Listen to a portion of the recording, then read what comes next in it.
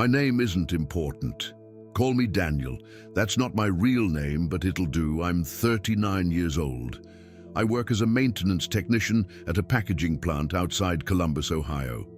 Up at 5:15, catch the 608 on I-270, eat lunch out of a Tupperware container at my desk, home by 6:30, every week the same. I'm not the kind of person who believes in the paranormal. Never have been. My dad was a civil engineer. My mom taught high school algebra for 31 years. I was raised on logic and black coffee, not ghost stories. My daughter's name is Lily. She was 4 years old when it started. September 2021. Her mother, Karen, had moved out 7 months before. It wasn't a dramatic split. No screaming, no lawyers getting nasty, no plates thrown against walls. It was one of those endings that hurts more because there's no villain. We just became roommates who shared a kid and a mortgage and forgot somewhere along the way to be anything else. One evening, she sat across from me at the kitchen table and she said she couldn't keep living, like she was waiting for something that wasn't coming. I understood. I didn't like it, but I understood. We worked out what the paperwork calls shared custody. In practice, Lily stayed with me Monday through Friday because Karen was setting up her new apartment across town and didn't have a second bedroom yet. Weekends, she took Lily. It worked. Or I told myself it worked.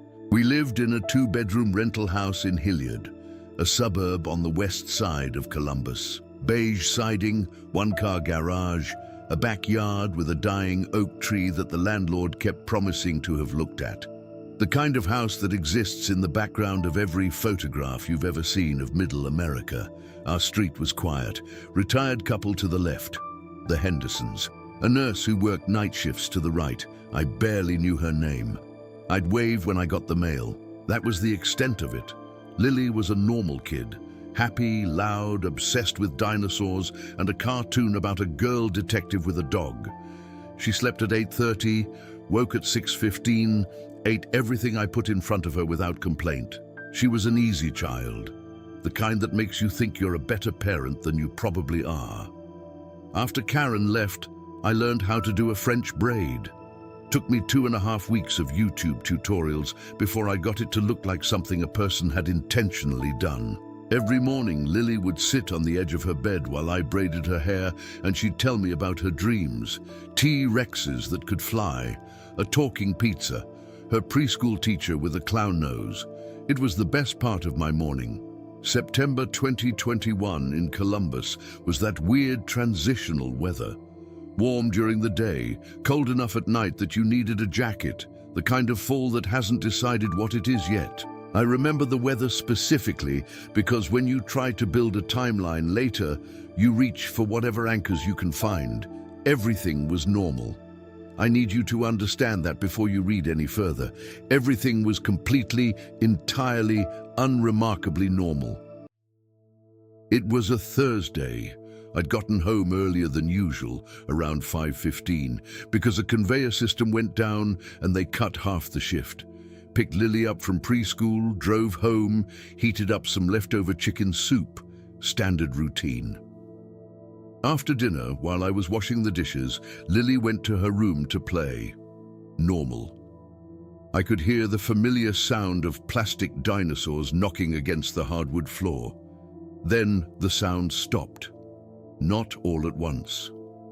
Gradually, the dinosaurs went quiet, and in their place I started hearing Lily's voice, that particular kid volume that has no indoor setting, talking, in a conversational tone, like she was answering someone. I figured she'd turned something on her tablet. Dried my hands, walked down the hall. Her door was halfway open. I pushed it gently. Lily was sitting on her rug, back to me. Dinosaurs lined up in a row in front of her. Her tablet was dark, sitting on her dresser across the room. She was talking to no one. "But why can't you turn on the light?" she asked the air. I stood still, waited. "Okay," she said. "I don't like it too bright either." "Lily," I said. She turned around without any startle. Normal smile, eyes bright the way they always were. "Hi, Daddy." "Who were you talking to, sweetheart?" She pointed to the corner of the room, the corner between her closet and the wall, where the nightlight didn't quite reach. The man. I looked at the corner. Obviously nothing there, just a corner. Shadow, wall, floor. What man? The man who lives here, she said, like it was the most obvious thing in the world. He said you can't see him yet. Yet. I took a slow breath. 4-year-old kid, imaginary friend, normal. I'd read about it, seen a pediatrician mention it in some video, remembered a cousin of mine who had an imaginary friend until she was 6 and grew up to be a perfectly well-adjusted accountant. Yeah, what's his name? She scrunched up her face, thought about it for a few seconds. That particular kid-thinking pause that always seems longer than it is. He didn't say yet, she said. But he said he'll tell me when it's time. I laughed, told her it was bath time. She obeyed without argument. Bath, teeth, story, lights out, good night. I didn't think about it again. I thought about it again the following week, when my neighbor Eleanor Henderson knocked on my door on a Tuesday evening. It was almost 9 p.m. Lily was already asleep. I opened the door and Eleanor was standing there with the expression of someone who wants to complain but doesn't want to seem rude about it. Sorry to bother you, hun. I just wanted to ask, was Lily home this afternoon, around 3 o'clock? No, she's at preschool until I pick her up. Why? She pressed her lips together. There was banging on the wall, our shared wall. Slow banging, like someone knocking from inside. Started around 3 and went on for almost 2 hours. I picked Lily up at 5:30, so at 3 p.m. the house was empty. I told Eleanor it was probably the pipes. Old house, you know how it is. She nodded without fully believing me and went home. I went to Lily's room. She was asleep on her back, arms spread wide, breathing slow and even.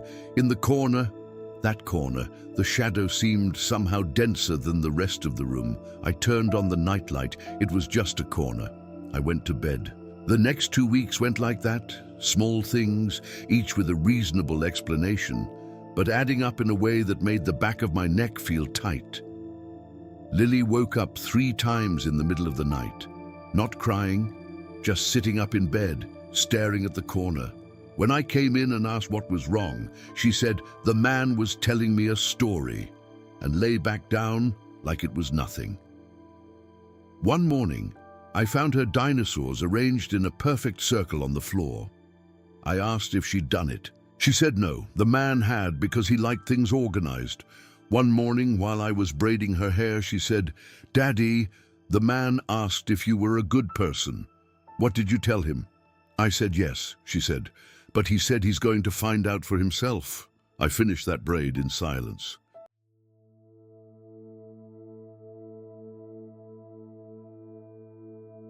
October came in grey and cold. I'd started sleeping badly, not because of anything specific. It was that particular insomnia that comes from something sitting in the back of your brain that won't let you fully go under. I'd be awake at 2-3 a.m., staring at the ceiling, listening to the wind in the dying oak tree. One of those nights, I heard Lily talking in her room. I got up, walked to her door, put my ear to the wood before opening it. She was speaking quietly, quieter than usual, like she didn't want to be heard. I couldn't make out the words, then silence, then her voice again, like she was responding to something. I opened the door. Lily was lying down, eyes closed, asleep, or appearing to be asleep. I stood in the doorway for 2 full minutes, nothing, just her breathing and the wind outside. I went back to bed. I didn't sleep again that night. I called Karen on a Saturday afternoon while Lily was with her. Tried to sound casual, but Karen has known me for 11 years and heard it in my voice immediately. "Just say it, Daniel. Has Lily mentioned an imaginary friend to you?" A man. Short silence. "No. Why?" "She's been talking to someone she calls the man, who she says lives in her room. Probably just an imaginary friend. But it's been going on a while, and it's starting to get to me." "Daniel, this is completely normal for her age. Yeah, I know. Are you sleeping? Yeah. She didn't believe me. I didn't push it. Hung up and spent an hour reading about imaginary friends in preschool-aged children. Everything said it was normal, developmentally healthy. Don't confront it, don't reinforce it. It'll pass. I put my phone down and didn't feel any better. It was the second week of October when the tone changed. I was in the living room watching TV after putting Lily to bed. Around 9:30, the house was quiet, just the low sound of the television. Lily walked in. It wasn't unusual for her to wake up and come find me, but the way she came in was different. She didn't look sleepy. She wasn't rubbing her eyes. She was fully, completely awake and wearing an expression I had never seen on her face before. Not fear, not sadness, something closer to concentration, like she was trying to remember something someone had asked her to deliver. "Lily, you okay?" She stopped in the middle of the living room, looked at me. "The man wants to know your mother's name," she said. "My mother passed away in 2017. Why does he want to know that?" "He said he knows her." I stood up from the couch, got down on one knee in front of her, took her hands. "Lily, listen to Daddy. The man in your room is not real. He's an imaginary friend. He cannot know Grandma because he isn't real." She looked at me for a moment, then tilted her head slightly to the side, like she was listening to something I couldn't hear. "He said you were going to say that," she told me. I put Lily back in bed, sat on the edge of her mattress for over an hour, staring at that corner. I didn't turn the nightlight off. I saw a pediatrician. I had a video consultation with a child psychologist, someone referred by Lily's preschool, a specialist in early childhood development. I described everything. She listened carefully and told me what I expected. Imaginary friend, likely a response to the stress of the separation, entirely within the normal developmental range. Don't confront it, but don't encourage it either. Watch for signs of fear or distress. "Does she seem frightened of him?" the psychologist asked. I thought about it. "No," I said. "It's the opposite. She seems comfortable with him. Happy, almost." "That's actually a reassuring sign," she said. I ended the call without feeling reassured. In late October, Lily stopped eating dinner. Not overnight, gradually. First she'd leave half the plate, then a third. Then she'd just sit there pushing food around with her fork, looking off to the side. "Lily, eat. I'm not hungry. You need to eat something. The man said you don't have to eat every single day." I set my fork down harder than I meant to. The sound startled her, and she looked up at me with wide eyes. "Lily," I said, keeping my voice as level as I could, "I need you to stop repeating what the man says. He can't give you advice because he isn't real." She was quiet for a moment. "He's angry now, Daddy." "Lily, he said you should be careful." That stopped me. A 4-year-old girl, looking at me with a seriousness that didn't belong on that small face. I sent her to bed without finishing dinner, sat alone in the kitchen for 20 minutes before I could make myself move. November, I had started researching the history of the house. It wasn't a rational decision, it was desperation dressed up as logic. If I could prove to myself that nothing was wrong with the house, maybe I could sleep again. I went to the county auditor's website, pulled the property records. The house had been a rental for the past 12 years, managed by a local property company out of Dublin, Ohio. I called their office with a story about needing documentation for a tax matter and asked for a record of previous tenants. The woman on the phone hesitated. "We don't typically release that information." "I just need to know if there are any liens or disputes attached to the address," I said. "For my own records." She put me on hold, came back 2 minutes later and gave me 3 names. The tenant before me had been a man named Robert Garfield Mercer. Moved in March 2016, vacated September 2019. I searched the name when I got home. It took me about 50 minutes to find it. A brief mention in a local news archive from the Columbus Dispatch, October 2019. A follow-up item about a multi-agency investigation. Robert Garfield Mercer was listed as a person of interest identified during the investigation. The investigation was into the production and distribution of child exploitation material. He had not been charged. The item noted he was interviewed and released pending further investigation. His name appeared once in the 14th paragraph, and then the coverage stopped. I sat in front of my laptop for a long time. Then I went to Lily's room. She was asleep. The nightlight was on. I'd gotten into the habit of keeping some light in her room since October. The corner between the closet and the wall was lit up. Just wall, just floor. But I looked at that corner, and for the first time since September, I felt genuinely and fully the weight of what I had been refusing to see. This wasn't a ghost. This wasn't a presence or a spirit or something that couldn't be explained. This was a man. I started thinking differently after that, not all at once. The mind resists what it doesn't want to accept. But the pieces started fitting together in a way I couldn't talk myself out of. The house was old, solid construction from the late 1970s, the kind with thick walls and crawl spaces and basement utility corridors that no one documents properly anymore. The kind where a person who knew the structure could find places that weren't on any blueprint. I went down to the basement. I'd been down there maybe 4 times since moving in. Washer, dryer, the circuit breaker once to get holiday boxes. It was unfinished. Concrete floor, exposed joists, a single fluorescent light that buzzed when you turned it on. In the back corner behind the water heater there was a door. Low, narrow, the kind of door that building codes from that era allowed in utility spaces. It had a padlock on it, not a rusted old padlock that matched the age of everything else down there. A new one, shiny, a master lock that couldn't have been more than a couple of years old. I stood there staring at it for a long time. I went upstairs and called my landlord. "Hey, quick question about the basement," I said. "There's a door behind the water heater with a padlock on it. What's back there?" Silence. Not a brief processing silence, a longer one. "That's a utility access," he said. "For the HVAC routing, it connects to the junction space between the units on the block." "Between the units, so it connects to neighboring properties?"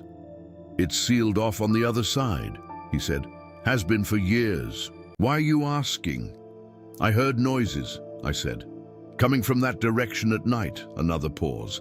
"I'll send someone to look at it," he said. He never did. On a Wednesday night in the second week of November, I woke up at 2:51 a.m.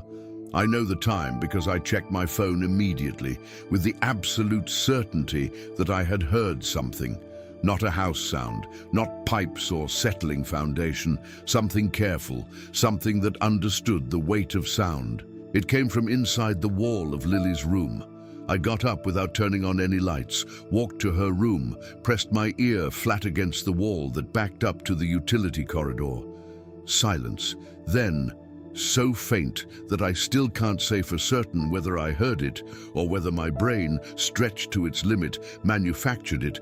Something that sounded like breathing, long, slow, patient, like someone who had been waiting long enough that waiting no longer bothered them. I picked Lily up out of her bed. She woke up groggy, confused. "Daddy, we're sleeping in the living room tonight, okay?" "How come?" "Because I said so, baby." She didn't argue. Curled up on the couch with me, put her head against my chest, and was asleep again in minutes. I did not sleep at all. The next morning, I called the non-emergency police line. I told them I had reason to believe a previous tenant had been investigated for child exploitation charges and that I had found a locked access door in my basement that I had not been informed of when I rented the property. I gave them the name, I gave them the address. The officer I spoke to took down the information, told me someone would follow up. 2 days later, a detective called me back. A woman, Calm voice, professional. She said they had looked into it. The access door was part of the original utility routing for the block, as my landlord had said. They had inspected it. There was no indication of current use. What about Mercer? I asked. The prior investigation was handled by a different jurisdiction, she said. I can't speak to its status. Is he still in the area? Pause. I'm not able to share that information, she said. I broke the lease 3 days later, paid the early termination fee without arguing, hired movers, put what I could in my sister's garage in Westerville, and took Lily to stay with her temporarily while I found another place. I told Karen the house had a mold problem in the basement, which was true, just not the reason I was leaving. Lily didn't ask about the man on the first day after we moved, not the second either. On the third morning, while I was doing her braid at my sister's kitchen table, she said, "Daddy, the man didn't come with us." "I know, sweetheart. You didn't want him to." "No, I didn't." She was quiet while I finished the braid. "He said someday you'd understand," she said. I didn't answer. That was November 2021. Lily is 7 now. Healthy, happy, still obsessed with dinosaurs. A child psychologist followed her for 8 months after the move and said she was doing beautifully. She has never mentioned the man again. I filed a formal written complaint with the property management company about the undisclosed access door. I never heard back. I was never able to confirm where Robert Garfield Mercer went after vacating the house. I never found out what was on the other side of that padlocked door, whether it was, as my landlord said, a sealed utility space or something else. I never knew for certain whether what Lily heard was a voice coming through a wall or something her own mind created to process a difficult year. I never knew if what I heard pressed against that wall in the dark was breathing or water in old pipes, or my own fear made audible, but I know what my daughter said to me, word for word, over 6 months. I know what I read in that archived article. I know what I felt standing in that basement with a flashlight pointed at a lock that had no reason to be new. And I know that when you're a parent, you don't wait for certainty. You act before it. If anyone here knows the rental properties managed by Sycamore Ridge Property Group on the west side of Columbus, particularly anything on Derbyshire Court, I'd ask you to look very carefully at your basement before you sign anything. Not because of a ghost, because of a man.